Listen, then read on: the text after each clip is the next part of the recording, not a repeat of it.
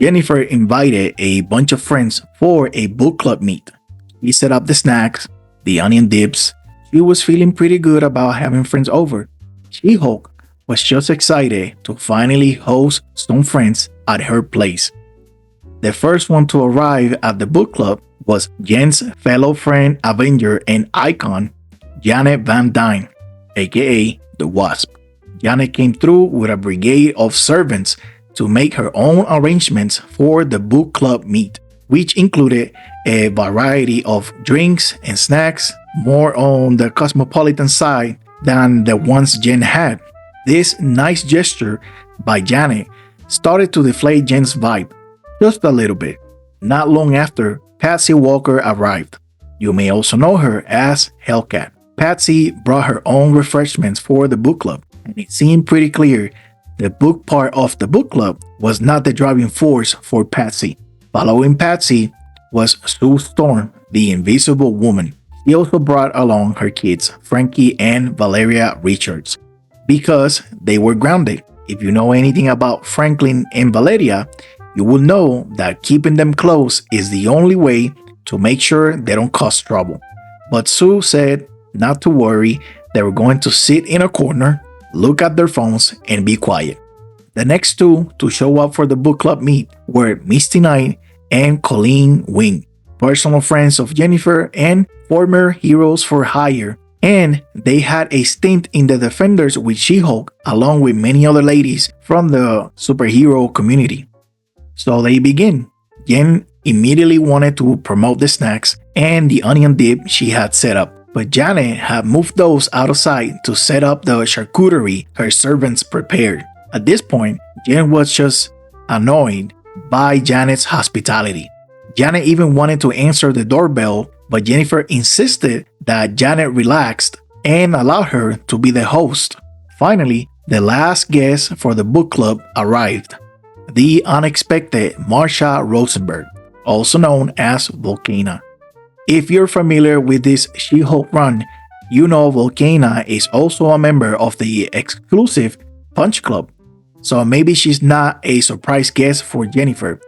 But for the rest of the attendees, Marsha's presence was immediately taken as a threat. If you don't know why, let me explain. Marsha Rosenberg first debuted during Secret Wars in 1984. If Volcana sounds like a villain's name, that is because Marsha was in fact a baddie, or still is. I'm not 100% where she stands on the capes and tights spectrum today. She's best friends with Mary McFerrin, aka Titania, and both of them were given powers by Doctor Doom during the Secret Wars in exchange for allegiance. Her powers granted her control over magma and heat, hence their codename Volcana. That's why the ladies at the book club also didn't know how to react. Jennifer had to step in and explain to everyone that Marsha was cool people. Finally, everyone calmed down. If you ever been in a book club or even in a comic book club, you know how this next part went. Jennifer, the host, read the book, of course. She was ready to discuss the entire thing, share her thoughts, and listen to takes and views from others.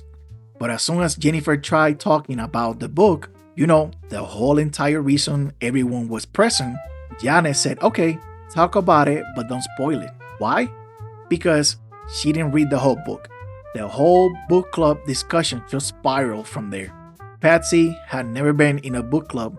Colleen wanted to talk about an entirely different book. Sue went into spoilers immediately, and that opened the floodgates. Opinions, pro and against the actions of the characters, complaints about the magic systems established in the story, whether they were able to suspend their disbelief or not, and so on and so forth. Jennifer soon realized none of them finished the book based on what they were discussing. Valeria Richards asked for a glass of water, and that's when the issues really started. Janet and Jennifer answered at the same time, and Jennifer tried telling Janet to chill because she was a guest. Like, you know, girl, relax, I'm hosting, let me take care of you. That's when Janet said, no, Jennifer, sweetie, you are my guest. Because let's remember, if you've been following along this series, Janet gave the keys to this apartment to Jennifer so she could have a place to stay until she figured out how to stand on her own 2 feet. The fact that she's here attending to everyone like she's the host is making Jennifer feel some type of way. Janet apologized, of course. She was oblivious to how her words were offensive to Jennifer. He even apologized for not reading the book. But Jennifer explained herself. It's not about the book at all. It's about feeling like a grown-up, like an adult, like someone capable of having her life together enough to have friends over and hang out. But Janet's words reminded her that she's not there yet because this isn't her place. But more so, Jennifer doesn't have a place at all. She felt like she was being called out to get her own place and be an adult and whatnot. Again, more of those self-deprecating thoughts Jennifer had about herself, her career, her life in general. Just like you and me, Jennifer is a flawed person. She's assuming Janet is coming at her, so she lashed out a little bit. However, this could not have been further from the truth. Janet Van Dyne, also known as the Wasp, founding member of the Avengers, member of the Defenders, and the Lady Liberators. In short, an icon in the Marvel Universe. Janet had the utmost respect and admiration for Jennifer Walters, the She-Hulk. Jennifer confessed she always felt like Janet was taking care of her, which was true, but not for the reasons she was thinking. Janet had been taking care of Jennifer every time she could because she felt indebted to Jennifer for dragging her into the Avengers. Once again, here's Rainbow Rowell digging through Marvel's continuity to give us some of the best writing for She-Hulk.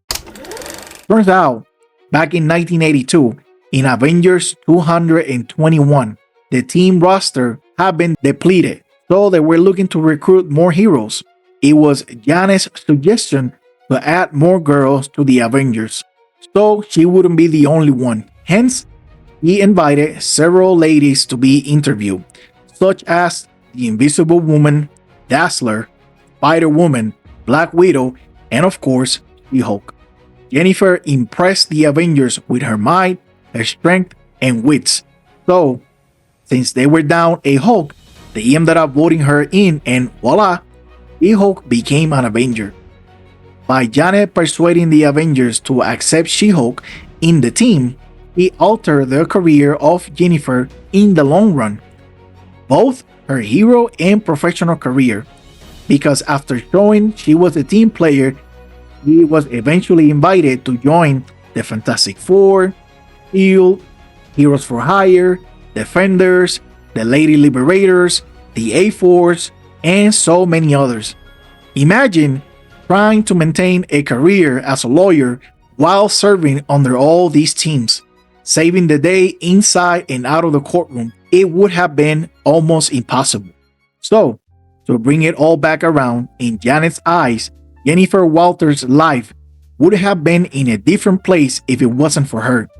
If there was anyone who would understand what Jennifer had sacrificed for the greater good, it would have been Janet. I would go a step further and say that Janet believed she was guilty of stunting Jennifer's career and personal life. She even stated that Jennifer would have been a Supreme Court justice by now if he hadn't focused so much on the hero gig. That's the reason why she's always taking care of Jennifer, why she's always pampering her and showering her with gifts and favors. Like for example, Janet gifted the apartment to Jennifer right then and there. No strings attached, no conditions.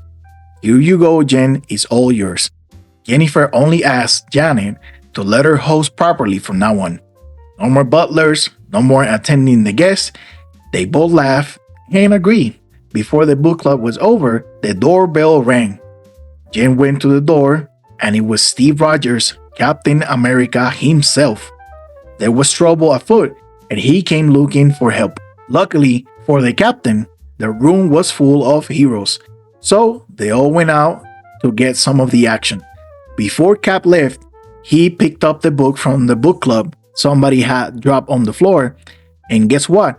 He had read the book, unlike everyone else who was present at the book club. This was slightly annoying for Jennifer, but hey, she knows who to invite next time. Don't get it twisted. This was a fun little short story, very lighthearted and fun. But more than that, this was the moment where a hero was acknowledged by her friend, mentor, and role model. Because if you know your Marvel comic history, you know that Janet was the female superhero during the heyday of the Avengers, the only woman among the founding members of Marvel's heavy hitters. Rainbow Rowell used Janet as a mouthpiece to express her respect and admiration for She-Hulk. Most people's efforts and accomplishments go unrecognized, which is pretty unfortunate. We have way too many unsung heroes around us. So, let's make an effort to recognize people when they deserve it.